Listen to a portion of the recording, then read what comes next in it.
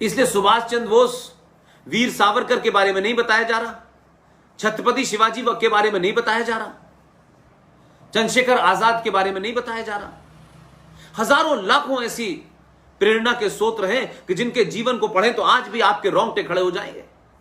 लेकिन इन ऐसे लोगों के बारे में सत्ताओं ने कभी नहीं बताया, क्योंकि अगर ऐसे लोगों की कहानियों को बच्चों को पढ़ाया जाता तो उन बच्चों के अंदर सुभाष चंद्र बोस, सावरकर, छत्रपति शिवाजी, जीजाबाई, विवेकानंद, ये सब बनने की प्रेरणा मिलती। वो नहीं चाहते, वो ये चाहते हैं किताबों में है, किताबों में पढ़ें, उन पे निबंध तो लिखें, लेकिन ऐसे बने ना।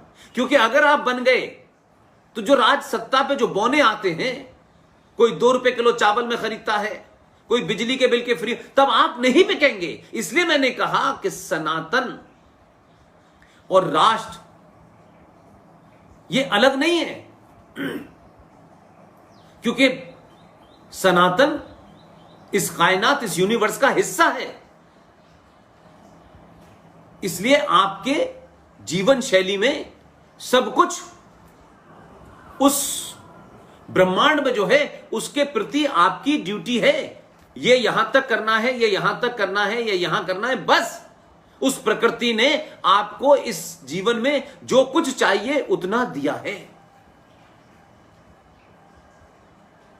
लिहाजा आज के युवाओं से मेरी विनती है, 2 मुद्दे ऐसे हैं जिनको अगर आप उठाएंगे, और हतोत्साहित मत होइए। आर्टिकल 370 और 35A को हम सबने अपनी आंखों के सामने समाप्त होते देखा है। और यह मत समझिए कि सत्ता पे जो लोग बैठते हैं उन्हें कुछ पता नहीं होता। सत्ता के पास इतने तंत्र हैं कि उन्हें सब पता होता है। लेकिन कभी भारत राष्ट्र के राष्ट्रवादियों ने, सनातनियों ने सामूहिक तौर पे किसी बात को रखा ही नहीं। आपको बांटा, ये ठाकुर है, ये ब्राह्मण है, ये दलित है, ये यादव है, ये कुर्मी है, इतनी जगह बांट दिया कि आप एक सनातन परिवार की तरह आपने कभी व्यवहार किया ही नहीं। वो जानते थे कि अगर ये एक हो गए तो राज सत्ता को 24 घंटे काम करना पड़ेगा। ये सत्ता पे बिठाने के बाद मेरे सामने खड़े रहेंगे और राष्ट्र के प्रति जो मुद्दे हैं जिससे राष्ट्र मजबूत होता है, ये सत्ता को मजबूत करने नहीं आए हैं, ये राष्ट्र को मजबूत करने के लिए हैं। लिहाजा आपके उस सर पे सवार रहेंगे। तो राज सत्ताएं नहीं चाहती, राज सत्ताएं आपको उलझाना चाहती हैं।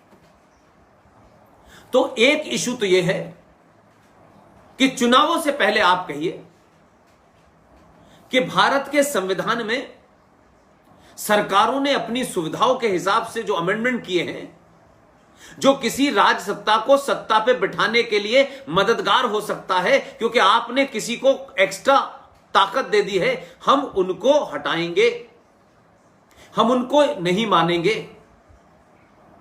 जब ऐसे मुद्दों को आप रखेंगे तो यह हो सकता है कि राजनीति में ये बड़े लुभावने, बहुत अच्छे मुद्दे नहीं लगे लोगों को। लोग कहें ये कौन सी लड़ाई है, लेकिन अब हमें इस तरीके के मुद्दों से, इस तरीके की घोषणाओं से हमें दूर रहना है। और आप सामूहिक तौर पर यह मांग करें, आज का युवा मांग करे, ये इस घटना से करोड़ों करोड़ों लोगों का फायदा होगा, करोड़ों करोड़ों लोगों का भविष्य उज्जवल होगा और आपकी आंखों के सामने होगा। एक बार इसको मुद्दा तो बनाइए और उसका प्रेशर आज से बनाइए। उत्तर प्रदेश में चुनाव होने वाले हैं 2022 में, 2024 में इस देश का चुनाव होगा। आपने 2014 और 2019 के बाद यह तय कर लिया कि इस देश की राजनीति की दशा और दिशा किधर होगी। ये 5 लोग, ये 10 लोग, 4 MP, 12 MP, 50 MP मिलकर के ये भानुमती का जो कुनबा था, जो लूटने के लिए सत्ता पे बैठता था, पहले तो आपने इस मानसिकता को समाप्त कर दिया। और जो लोगों को सत्ता पे बिठाया उन्हें इतना बहुमत आपने दिया कि उनके तमाम रास्ते बंद कर दिए कि अब ये नहीं कह सकते कि हमें छोटे छोटे दलों के लालच को पूरा करने के लिए कुछ राष्ट्र हित के मुद्दों को छोड़ना पड़ा। और राष्ट्रवादी ताकतों को इतना बहुमत दीजिए कि उनके भागने के रास्ते बंद हो जाएं। वो कोई सवाल आपसे ये ना कहें कि हम यहां कमजोर थे इसलिए हम ये नहीं कर पा रहे। और शायद जब आपने इस देश को डिसाइसिव मैंडेट दिया, जब आपने 2 रुपए किलो चावल और कुछ सब्सिडी में मिल जाने की लालसा से अपने आप को बाहर निकाला, तो 2 सरकारें आपने पूर्ण बहुमत की थी। जो 14 में कमी थी उसको आपने 19 में पूरा कर दिया। और जो 19 में और अगर किसी को लगता है तो वो 24 में पूरा करिएगा। लेकिन राज सत्ता पे जिन्हें बिठाया है, यह भी सच्चाई है कि एक 70 साल की कीचड़ को, 70 साल के फरेब और फ्रॉड्स को जो संसद में हुए, जो संविधान में हुए, उनको दूर करना एक दिन का खेल नहीं है। 370 35 पे हटा। और राज सत्ता की जब ताकत होती है तो उसके जितने भी अंग हैं, चाहे न्याय व्यवस्था हो, चाहे पुलिस हो, चाहे सेना हो, सबके अंदर एक नया पुरुषार्थ जगता है। और सब ये समझते हैं कि सत्ता को बेवकूफ नहीं बनाया जा सकता। इसलिए कोर्ट के फैसले भी वो आए जो आने चाहिए थे, जो तथ्यों पे थे, लेकिन तथ्यों के बावजूद भी कोर्ट 150 साल लगा रही थी। इसलिए मेरा आज के युवाओं से एक नया मुद्दा है। ये 370 और 35A की तरह ही एक जघन अपराध है। और संविधान से भी इसकी कोई परमिशन नहीं ली गई। 1993 में राजनीतिक और स्वार्थ के कारण, उस पृष्ठभूमि को मैं कहीं अपने पुराने लेक्चर में कह चुका हूं, जब ये देश रात के अंधेरे में सही, इसके संविधान में जब आपने शब्द सेकुलर जोड़ दिया, तो फिर जब ये देश सेकुलर है, सेकुलर का मतलब, क्योंकि सेकुलर की अवधारणा ही वैसे हमारे यहां गलत है कि सेकुलर शब्द आया कहां से, इसको 2 लाइन में डिफाइन करूंगा। ये वेस्टर्न कंसेप्ट है। जब दुनिया में सत्ताएं चर्च के माध्यम से देखरेख में चलती थीं, तो उस वक्त भी लोगों में ये इस किस्म का एक विचार आया कि सत्ता पे बैठने वाले राजा का कोई मजहब नहीं होना चाहिए,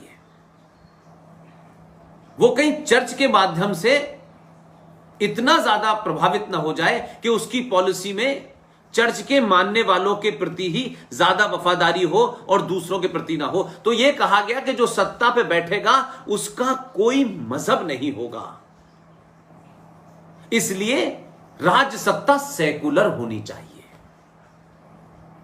तो राज सत्ता में जो बैठेगा उसका कोई मजहब नहीं होना चाहिए, यह फंडा था। लेकिन भारत के परिप्रेक्ष्य में यह पूरी तरीके से निराधार है। हमारा इतिहास बताता है कि राजा का कोई मजहब नहीं होता था, राजा का धर्म होता था। और धर्म का मतलब क्या है कि एक राजा का धर्म अपनी प्रजा के प्रति क्या हो, अपनी सेना के प्रति क्या हो, अपनी संस्कृति के प्रति क्या हो, अपने संस्कारों के प्रति क्या हो, उसका उसके प्रति दायित्व क्या है, ड्यूटी क्या है, वही धर्म था। लेकिन हमने झूठ बोला और धर्म और मजहब को एक जगह खड़ा कर दिया। हम धर्म हैं और धर्म का मतलब कोई पूजा पद्धति नहीं होती। मैं बात इसको इसलिए आसानी से आपको समझाना चाहता हूं कि हम बातचीत में कहते हैं कि भाई हम आज धर्म संकट में फंस गए कि हम ये करें या ये न करें। तो ये धर्म क्या है? ये ड्यूटी है। ड्यूटी क्या है? सनातन में ये जो धर्म जिसको हम सनातन कहते हैं, इसमें आपकी पर्यावरण के प्रति क्या ड्यूटी है, नदियों के प्रति क्या ड्यूटी है, पहाड़ों के प्रति क्या ड्यूटी है। ये जो ब्रह्मांड है इसको उस जैसी स्थिति में रखना, इसका संतुलन न बिगड़े, यही आपकी ड्यूटी है, यही सनातन है।